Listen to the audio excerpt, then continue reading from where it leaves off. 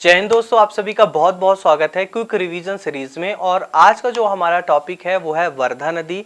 वर्धा नदी के अलावा एक दो और छोटी छोटी नदियां हैं, उनको भी फटाक से क्विक रिवाइज करेंगे। इस वीडियो को बनाने का सबसे बड़ा उद्देश्य है रिवीजन का। इन सभी को मैंने लिख कर आराम से मैप के साथ डिटेल में कवर कराया है। हमारी डेली लाइव क्लास होती है 9 PM पर।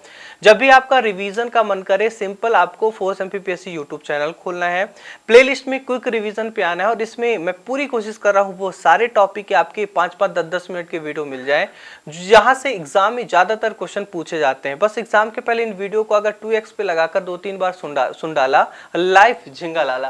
पहले क्वेश्चन की तरफ पढ़ते हैं। वर्धा नदी, सबसे पहला पॉइंट ध्यान रखना है, वर्धा नदी का उद्गम मेरे साथ सभी को बोलना है बैतूल जिले के मुल्ताई तहसील के वर्धन शिखर से होता है। ये वर्धन शिखर की ऊंचाई है 811 मीटर, जो कि सतपुड़ा माउंटेन रेंज की एक पहाड़ी है। बैतूल के काली भीत से तावा नदी का उद्गम होता है। कैसे याद रखेंगे कि तावा काला होता है और बैल भी काला होता है, तो बैतूल के काली भीत से तावा नदी। इसके अलावा बैतूल से आपको दूसरी नदी मिल जाएगी वर्धा। बैतूल से ही एक और रिवर का ओरिजिन होता है, ताप्ती रिवर। चलिए अगले पॉइंट की तरफ बढ़ते हैं। ये वर्धा नदी बैतूल से निकलने के बाद छिंदवाड़ा जिले में प्रवेश करती है और छिंदवाड़ा जिले में ये छिंदवाड़ा और महाराष्ट्र की सीमा बनाते हुए ये महाराष्ट्र में प्रवेश कर जाती है, जहां से बेटा एक दूसरी नदी आती है जिसका नाम है वेनगंगा। वर्धा और वेनगंगा दोनों नदियों का संगम होता है। इस संगम को प्राणहिता के नाम से जानते हैं और ये प्राणहिता नदी आगे चलकर गोदावरी नदी पे मिल जाती है। ध्यान रखिएगा, आपसे डायरेक्ट क्वेश्चन पूछा जाएगा कि वर्धा और वेनगंगा नदी का संगम क्या कहलाता? प्राणहिता, जो किसमें मिल जाती? गोदावरी, यानी ये गोदावरी रिवर सिस्टम का अंग है। अगला पॉइंट ध्यान रखिएगा, वर्धा नदी की कुल लंबाई 525 किलोमीटर है। आप चाहे तो छोड़ सकते हैं। मध्य प्रदेश की 5 सबसे लंबी नदी NC, ST और बेतवा, इनकी लंबाई याद होना चाहिए। बाकी नदी की लंबाई आप याद करें या ना करें, कोई दिक्कत नहीं है। अगला पॉइंट ध्यान सुनिएगा, वर्धा नदी की कौन कौन सी सहायक नदी है? मेरे साथ 3 बार बोलेंगे, आप लोग को याद हो जाएगा। वेना, जाम, इराई। पहले 3 को एक साथ बोलेंगे मेरे साथ, वेना, जाम, इराई। एक बार फिर से, वेना, जाम, इराई। वेना, जाम, इराई बोलना जरूर है। फिर दूसरा, मडु, बेमुला, हिर्री। अब एक साथ बोलिए, वेना, जाम, इराई, मडु, बेमुला, हिर्री। 2 बार बोलेंगे, यकीन मानिए आपको याद हो जाएगा, वेना, जाम, इराई, मडु, बेमुला, हिर्री। अब कुछ क्वेश्चन को सॉल्व कर लेते हैं। वर्धा नदी के संदर्भ में असत्य कथन पूछ रहा है। वर्धा नदी का उद्गम सिवनी के पारसवाड़ा पठार से होता है, बिल्कुल नहीं। सिवनी के पारसवाड़ा पठार से वेनगंगा रिवर का ओरिजिन होता है। वर्धा नदी का उद्गम बैतूल के मुल्ताई के वर्धन शिखर से होता है। ठीक है, यही हमारा क्या हो जाएगा? गलत स्टेटमेंट। वर्धा नदी का उद्गम मध्य प्रदेश के किस जिले से होता है? तो बैतूल। बैतूल से ही आपको ताप्ती नदी, तावा नदी और वर्धा नदी तीनों का ओरिजिन होता है। वर्धा निम्न में से किस नदी का तंत्र का हिस्सा है? वर्धा वेनगंगा के साथ मिलकर प्राणहिता बनाती है और ये प्राणहिता गोदावरी नदी में जाकर मिल जाती है, यानी ये गोदावरी रिवर सिस्टम का हिस्सा है। अगली इंपॉर्टेंट रिवर आती है कुलबहरा नदी। क्या क्या पॉइंट ध्यान रखना है? सबसे पहला ध्यान रखिएगा, कुलबहरा रिवर का जो ओरिजिन होता है छिंदवाड़ा की उमरेड तहसील से। कहां से? मेरे साथ बोले जरूर, छिंदवाड़ा की उमरेड तहसील से। कुल लंबाई 80 किलोमीटर है, आप चाहे तो छोड़ सकते हैं। सबसे इंपॉर्टेंट पॉइंट इस कुलबहरा नदी के बारे में, किसे life line of Chhindwara, Chhindwara की जीवन रेखा कहा जाता है। मध्य प्रदेश और गुजरात की जीवन रेखा नर्मदा, वेस्टर्न MP पश्चिमी मध्य प्रदेश की लाइफ लाइन चंबल, बुंदेलखंड की जीवन रेखा बेतवा नदी को कहा जाता है और छिंदवाड़ा की जीवन रेखा कुलबहरा। इसके अलावा सिवनी और बालाघाट जिले की जीवन रेखा वेनगंगा रिवर को माना जाता है। इसकी 2 प्रमुख सहायक नदियां उमरा नाला और बोदरी। मेरे साथ बोले एक बार, उमरा नाला और बोदरी।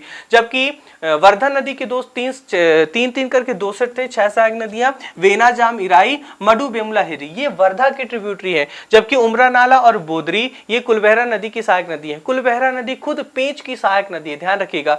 यानी कुलबहरा नदी पेंच में मिल जाती है, ये हो गई कुलबहरा, ये पेंच, और पेंच नदी वेनगंगा में मिल जाती है। याद रह जाएंगे आप लोग को। चलिए, which of the following river is called life line of Chhindwara? किसे कहते हैं छिंदवाड़ा की जीवन रेखा? कुलबहरा। वेनगंगा को सिवनी वाला घाट की लाइफ लाइन, चंबल को पश्चिमी मध्य प्रदेश की लाइफ लाइन, नर्मदा नदी को मध्य प्रदेश साथ साथ गुजरात की लाइफ लाइन। कुलबहरा नदी निम्न में से किसकी सहायक नदी है? सर ये पेंच की।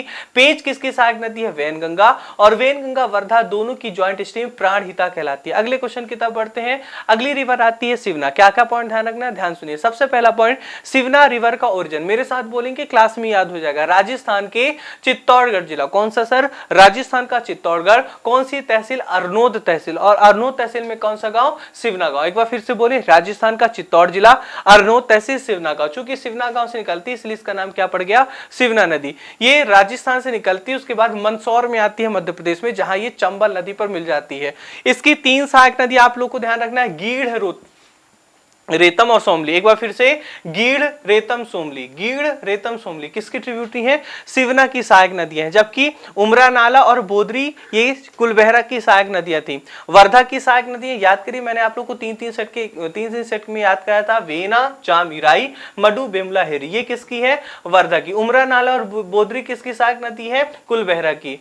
और अगला पॉइंट हम लोगों ने सिवना पढ़ा, गीड़, रेतम और सोमली। अगला पॉइंट ध्यान रखिएगा, सिवना नदी पर मंदसौर में चोसला डैम बना हुआ है, बहुत इंपॉर्टेंट है। मैं एक बार फिर से बता दूं, ये क्विक रिवीजन वीडियो है। इस वीडियो को बनाने का पर्पस समझाना बिल्कुल नहीं, आपका रिवाइज कराना है। समझाने के लिए मैंने डिटेल में मैप के जरिए आप लोग को समझाया है। डेली लाइव क्लास होती है 9 PM पर। फिर ध्यान रखिएगा, जो मंदसौर शहर है, मंदसौर का किला, मंदसौर का प्रसिद्ध मंदिर सिवना अष्टमुखी महादेव या पशुपतिनाथ मंदिर और तापेश्वर महादेव मंदिर, ये सारे ही किस नदी किनारे? सिवना नदी के किनारे। चलिए कुछ क्वेश्चन को देख लेते हैं। मंदसौर शहर, पशुपतिनाथ मंदिर, तापेश्वर महादेव मंदिर आदि निम्न में से किस नदी के किनारे? सिवना नदी किनारे। ये सारे के सारे कहां पे है? मंदसौर में।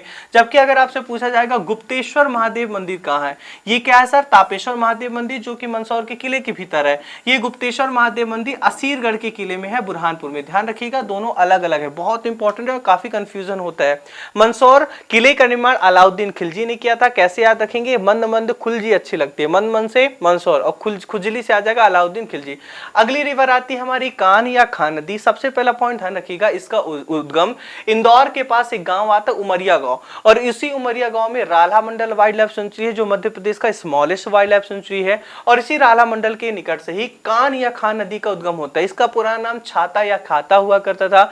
कुल लंबाई लगभग 74 किलोमीटर है, नहीं याद करना है। इसका समाप्ति ये उज्जैन के पास क्षिप्रा नदी में मिल जाती है। यानी ये कान या खान किसकी सहायक नदी है? क्षिप्रा। इसकी दो सहायक नदियां हैं, खान या खान खुद तो क्षिप्रा की है, जबकि इसकी दो सहायक नदी है। एक का नाम है गंभीर और दूसरे का नाम है सरस्वती। तो सरस्वती और गंभीर दोनों किसकी सहायक नदी है? खान। एक समय में खान या खान को इंदौर की जीवन रेखा कहा जाता था, लेकिन यह पूरी तरह से नाले में तब्दील हो चुकी है। आपसे क्वेश्चन भी पूछा जा सकता है, इंदौर किस नदी के किनारे है? तो कान। कान ऑप्शन में ना देगा तो गंभीर और सरस्वती नदी किनारे। ठीक है, चलिए। तो Indore city situated on the bank of which of the following river किस नदी के किनारे है सर? तो खान नदी के किनारे। मंदाकिनी नदी के किनारे चित्रकूट बसा हुआ है।